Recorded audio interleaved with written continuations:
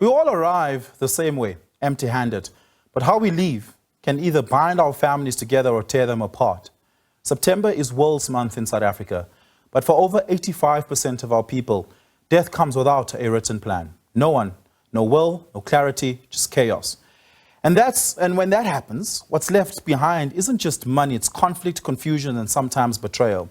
Today we use a headline-making case, the 44 million rand estate of the late David Mabuza, former Deputy President of South Africa, as a case study, not for its drama, but for what it reveals about a national crisis, what happens when legacy meets law, and the legal documents that should protect our loved ones simply don't exist.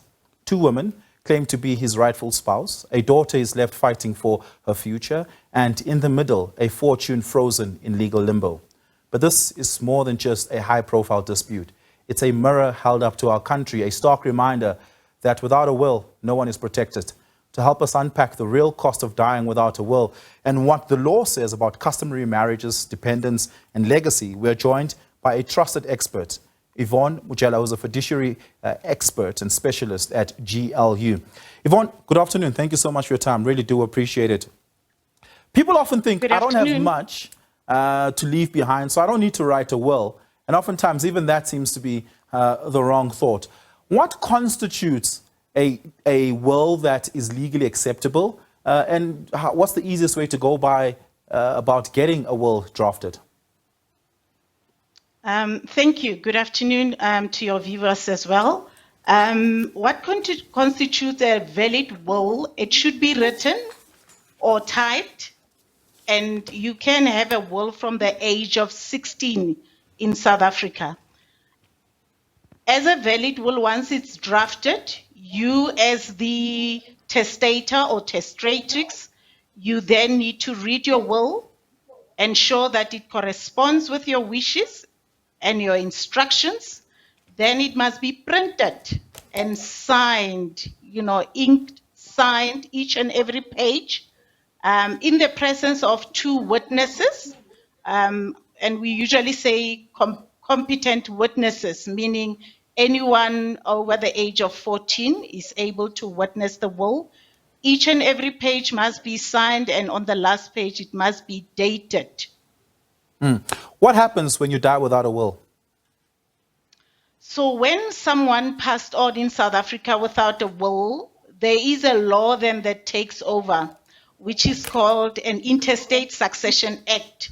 Now, the criteria is different. Obviously, someone that you thought automatically will inherit from you might not inherit. Someone that you've promised to inherit might not inherit.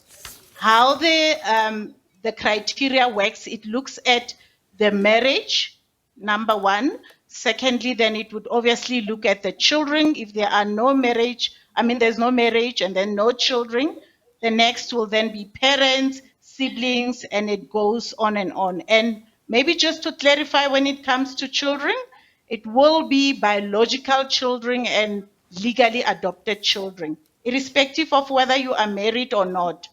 As long as you have children, they will inherit from you. Okay, so it's first your spouse if you are married, and if you're not married, your children. What happens when it's both? What happens when you have a spouse and children, and those children may not necessarily be from the marriage to that spouse? And that, of course, brings in a new layer of complexity and confusion. What happens in that instance?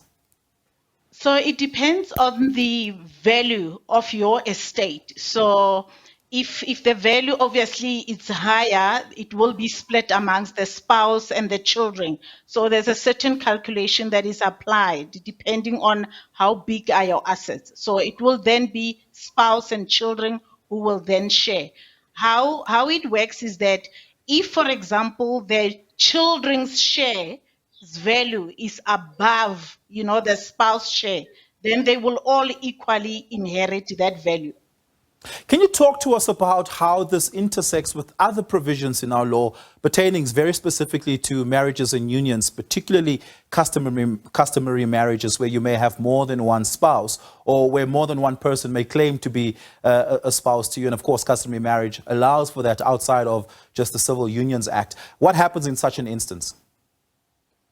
So just on customary marriage, obviously there will be courts involved if there's some sort of disputes in terms of whether the customary marriage is valid or not. It could be taken to court and be proven to be valid or invalid, depending obviously on different,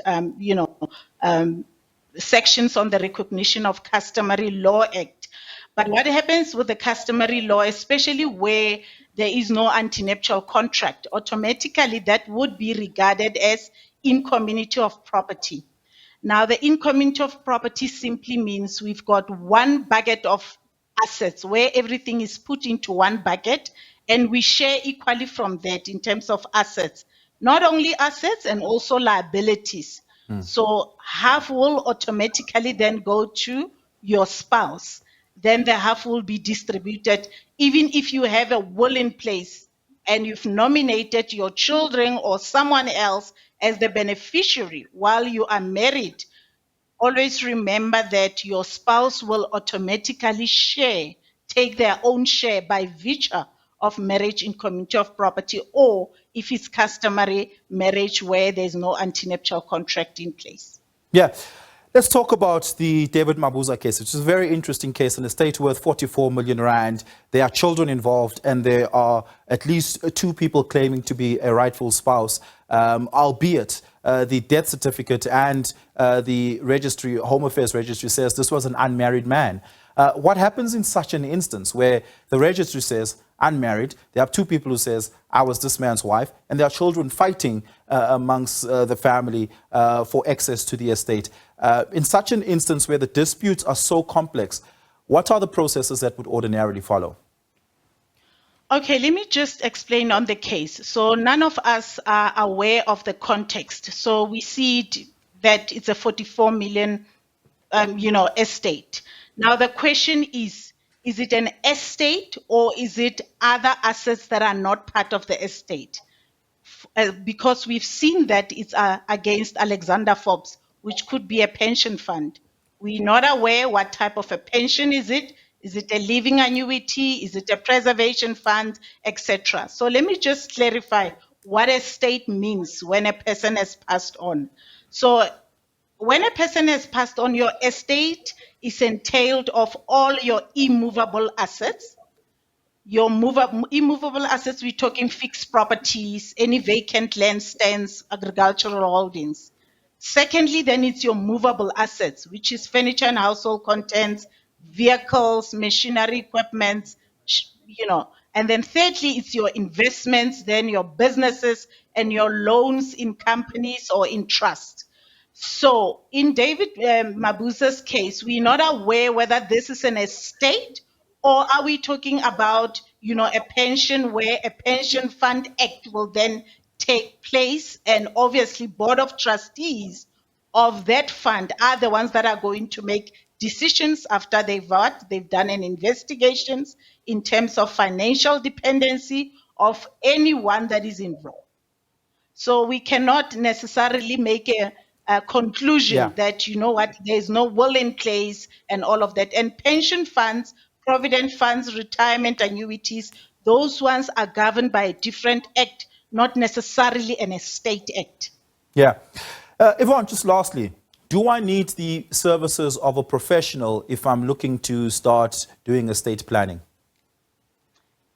Yes, it is recommended that you get a professional to do estate planning. Estate planning varies and it's unique to each and every individual because it's according to your circumstances. Estate planning, it is actually a process that anticipates to arrange, the disposal of your asset during your lifetime, not necessarily once you've passed on, so that you can eliminate uncertainties. Obviously, the key or the vehicle that is obviously linked to estate planning is always a will. Everything starts with the will and opens the conversation of estate planning. So it is recommended that you do that because estate planning doesn't only speak about a will, but it also involves fair distribution of assets, ensuring that you have enough liquidity, meaning cash, that will be able to settle all your liabilities, claims, and any obligations that you may have, and always be something left for the intended beneficiaries. Yeah, well, we're going to have to leave it there. Thank you so much, Yvonne, for your time and your insights. Really do appreciate it. Yvonne Mojela is a fiduciary specialist talking to us there about wills. It is National Wills Week. And of course, this is a very important conversation given the context of what has been taking place in the country and the dispute around the estate of former Deputy President, who's now late, Didi Mabuza.